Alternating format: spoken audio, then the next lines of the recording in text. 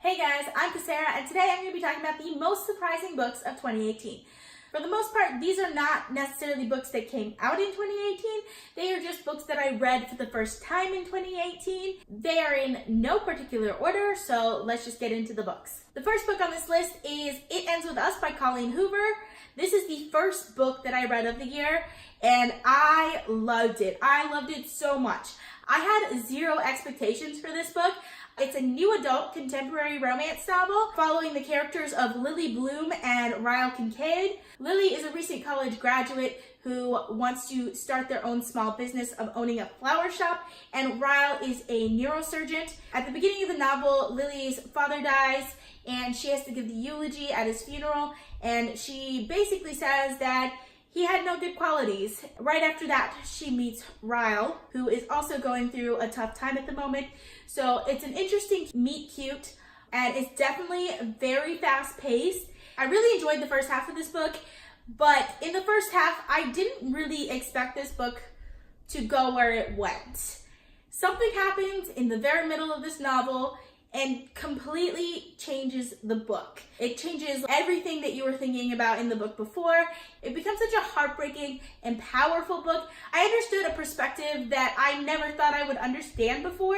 I'm so glad that I read this book. If it wasn't for this book, I don't think I would have had as good as a reading year as I ended up having. So if you like contemporary romances, definitely check this one out. It's definitely not one to miss out on. The next book on this list is Turtles All the Way Down by John Green. I did not have high expectations for this book going in. I heard that there wasn't really much of a plot, and the only other John Green book that I had read was Looking for Alaska, which I didn't particularly like, but I ended up really loving this book. This book follows the character of Asa, who is a high school student who is suffering from anxiety.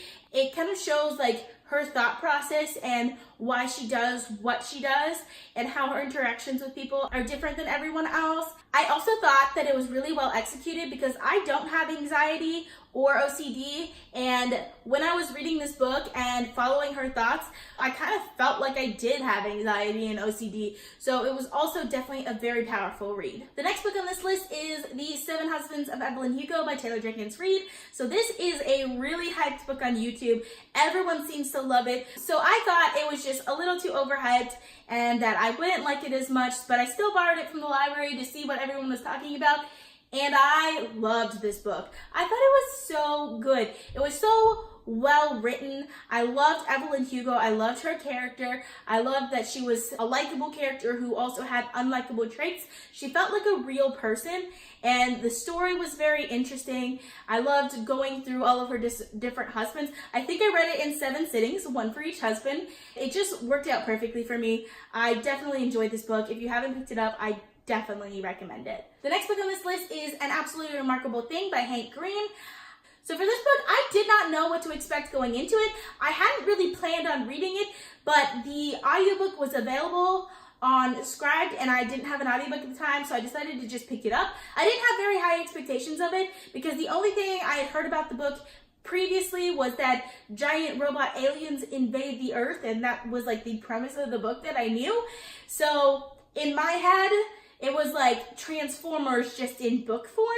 And that is not what this book is at all. Who, with her friends, one day discovers this giant robot sitting in the middle of New York City. So she decides to do kind of like a weird YouTube video of it, and it's like her first video that goes up on YouTube, and it goes viral because there apparently are tons of these giant robots, which she names Carl, all over the world. And I feel like the sci-fi part of this book kind of takes the backseat, and it's really a lot more about the social media aspect and how social media can change people's lives.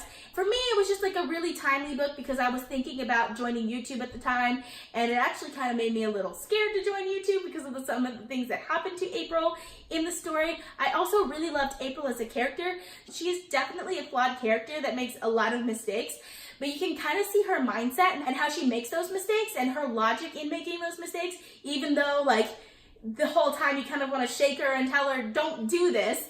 It was such a fun read, and I don't have a physical copy of it, but I really need to get one because I definitely already want to reread it. The next book on this list is How to Train Your Dragon by Cressida Cowell.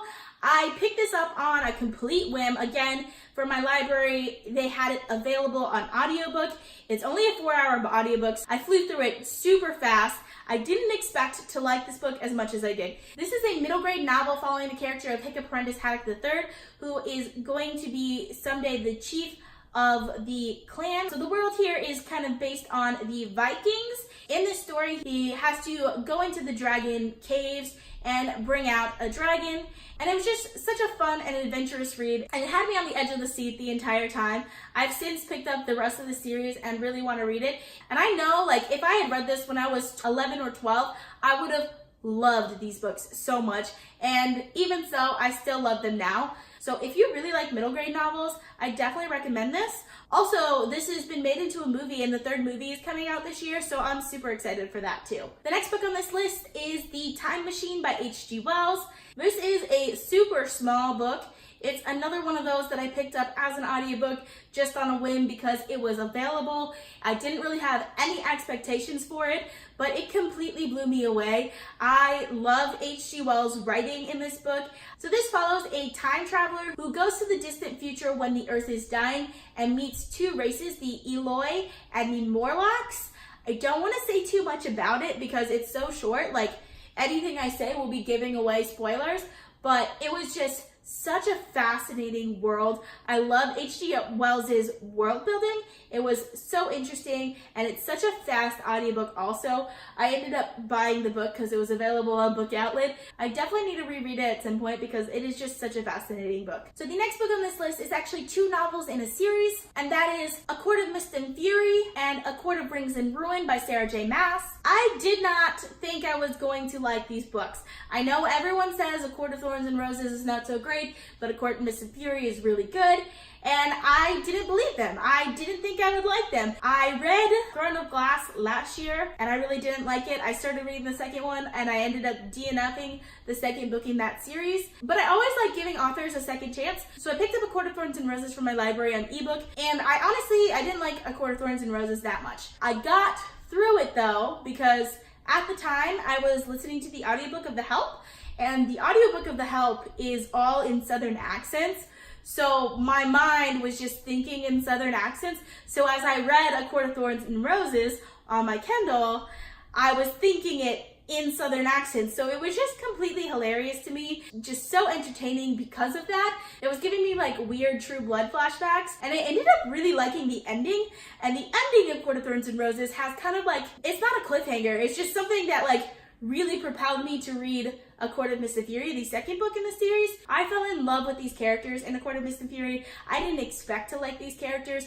I don't want to say too much about the plot because it's the second and third books in the series, and you really do have to read the first book in the series first. For the first book in the series, there is a character named Farah who shoots a wolf, and because she shoots the wolf, she's basically taken to the fairylands by Tamlin, who is one of the Fae, and the story takes off from there. And like I said, like the first 3/4 of the first book is incredibly difficult to get through, but once you get past that, the series is actually really good. The next book on this list is also a series, the Selection series by Kiera, which includes The Selection, The Elite, and The One. I didn't expect very much out of this series. I basically went into it thinking that I wasn't gonna like it. I was just feeling to read like a really fast YA book at the time, and I'd heard these were really fast, and they definitely are. These books are like candy. These books are like candy. Think The Hunger Games meets The Bachelor. Basically what it is. So in this book, there are 35 girls who are basically competing to become the wife of the Crown Prince Maxim. We're following the main character of America Singer, who only really is in the competition for the money. But there's a lot of things that happen along the way. There's tons of drama in this book, and for some reason, I just completely eat it up, and I loved it. I don't think that I would like it reading a second time, but the first time around, it definitely surprised me. Also, I really only like the first 3 novels in the series. I don't really enjoy the last 2 novels in the series. It's kind of like a companion series to the first three, and I definitely think that the first three could have just been one book also. Like, there was no reason to drag it out into 3 different novels, but I still kind of like that they did because it gave me more material to read. The next book on this list is The Girl with the Lower Back Tattoo by Amy Schumer. So I went through a phase where I was listening to audiobooks of a lot of different comedians because there are a ton of them out there, and this is the only one that's really stuck with me. I have never followed Amy Schumer before this, but reading this book, I had a lot of respect for her. She has gone through so much in her life. She has had to deal with so much crap. I love how deep and honest that she was with this book, and it's honestly one of the few that I would consider rereading. If you like comedian memoirs, definitely check this one out because it is the best one that I've read yet. That being said, I still haven't read Born a Crime by Trevor Noah, so I definitely plan on getting to that this year. So that might knock this one out of the top spot in that category, but so far, this one is definitely one of my favorites. The next book on this list is The Life-Changing Magic of Tidying Up by Marie Kondo. I didn't really know what to expect going into this book, and I didn't really think it was going to be that interesting because it's talking about cleaning, which just does not interest me. I like the way the author talks about her memories, coming up with her different cleaning methods, because there's a little bit of a memoir in here as well. And I actually found a lot of her organizational tools and stuff very useful. The only thing I really didn't like about in this book was her advice on organizing books. But other than that, it was definitely a very interesting and helpful read, and I didn't really expect to get anything out of it, so it was definitely surprising. The last book on this list is The Power of Habit by Charles Duhigg. I picked this book up at the end of the year because I thought it would just be a really great way to start the new year. I definitely expected it to be more on the self-help side. Usually self-help books are not all that informative, but they are very motivational. And I found this book to be actually incredibly informative. It talked a lot about the science behind habits and how habits don't just help you in your personal life, but they can actually help grow businesses and movements outside of your personal routine. Also, he had a lot of stories in this book, and a lot of them just really touched my heart, and I wasn't expecting a book like this to actually make me a little emotional, because I don't really get emotional when it comes to books. It's very rare for me, and this had me almost tearing up. I didn't quite tear up, but there were parts of it that were definitely close to tears. So it's definitely a moving book, and it's definitely a great one to read, especially in the new year. Comment down below if you've read any of these books, and let me know what books that you found really surprising last year. Don't forget to like and subscribe. Thank you so much for watching, and I'll see you in my next video. Bye!